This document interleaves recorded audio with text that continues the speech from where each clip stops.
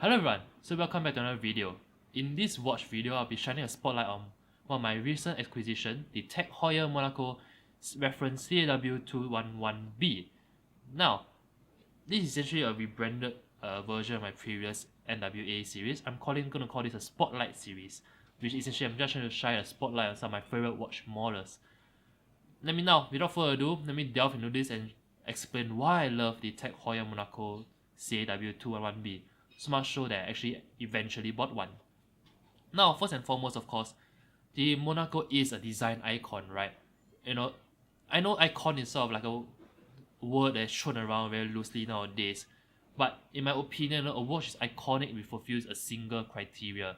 If the design of it has remained virtually unchanged since its inception.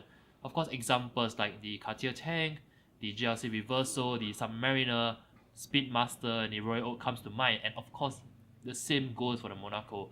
Ever since its introduction in 1969, the elements of the Monaco, the square case, the left-hand crown, the horizontal indices, most of the elements of Monaco have stayed virtually the same, even after 50 years. It's undoubtedly the most striking model in TAG Heuer's current catalog. I'm sorry, Carrera and Octavia, but it's the most striking and it's arguably the most definitive sports chronograph of all time, due to its appearance on, of course, Steve McQueen's wrist in the greatest racing film of all time, Le Mans. Now, secondly, I love the Monaco also because it is a trailblazer, it's a pioneer on two fronts.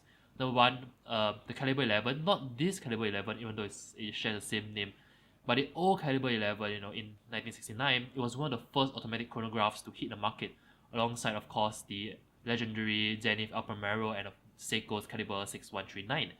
An automatic chronograph was seen back then as such a feat that Jack Heuer chose to have the crown on the left side so as to consciously remind wearers that you don't need to wind this watch, right, as you would if the crown was on the right. This watch will wind itself. Now, the second thing the 1969 Monaco was notable for was being the first water-resistant square watch. Back then in 1969, there were, of course, rectangular watches like the Tank and the Reverso, and of course, round watches like the Datejust was like a dime a dozen. But square watches, they were far from the norm, much less water-resistant ones. Conceived by case designer Picares, this square case utilized a square gasket instead of round gaskets that was the standard in square watches back then. Jack Heuer acquired the patent for this design, and the Monaco was born. So yeah, in many ways, I really like that the Monaco was like a rebel at a time where most watch companies, including Rolex, were making small, dainty 34, 36mm at most dress watches. Jack Heuer and his brand decided to take the path less taken and create like a hulking 39mm square monster of a watch. It was a radical approach to watchmaking at the time, and even till today, the Monaco is still seen as like an unconventional timepiece, and it's still very radical in its design. There's like a defiance about the Monaco that resonates in me, and it serves, when I wear this on the wrist, it serves as a reminder to follow the road less traveled.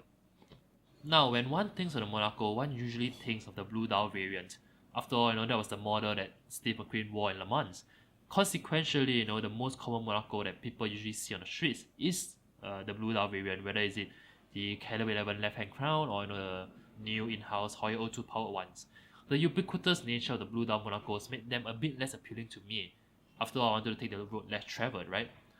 Now, I happened to chance upon this particular reference, the CAW211B, when I was reading, an article by Revolution on the history of the Monaco. I immediately fell in love with the brushed grey dial, which to me felt eminently more striking than the matte blue dial of the CAW211P, which is the blue dial variant of this. It felt a bit flat, the blue dial variant. There wasn't really texture and it was a flat dial. Here there's a brush texture that I felt really captured the imagination. And grey dials aren't really that popular now. You don't really see many grey dial watches, so it's a breath of fresh air as well. But unlike recent releases like the green dial Monaco Grand Prix, this CAW211B wasn't different with its grey dial simply for the sake of it. There was actually historical provenance.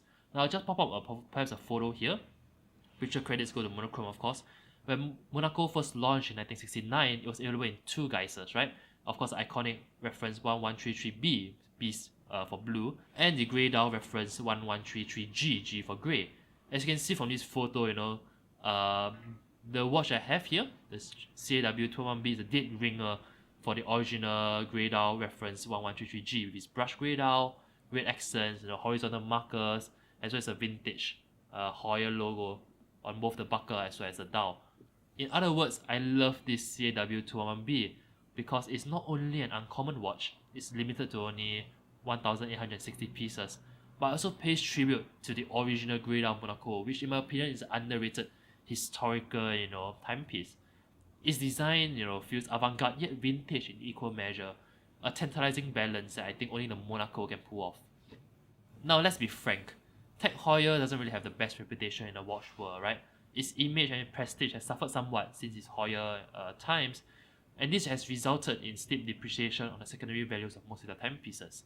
While the Monaco, being TAG Heuer's most iconic and best-selling watch, retains its value sufficiently well, it still pays in comparison to other icons like the Daytona or the Tank or the Royal Oak.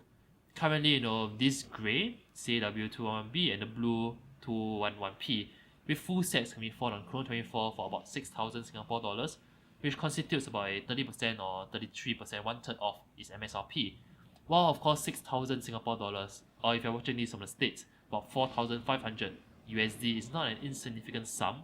I would say it's pretty good value for one of the most iconic, if not arguably the most iconic racing chronograph in history in horology. In a world of astronomical prices, the Monaco I believe is a relative bargain and one that possesses plenty of horological street cred without breaking the bank. Now to conclude, I really love this grey dial CAW211B.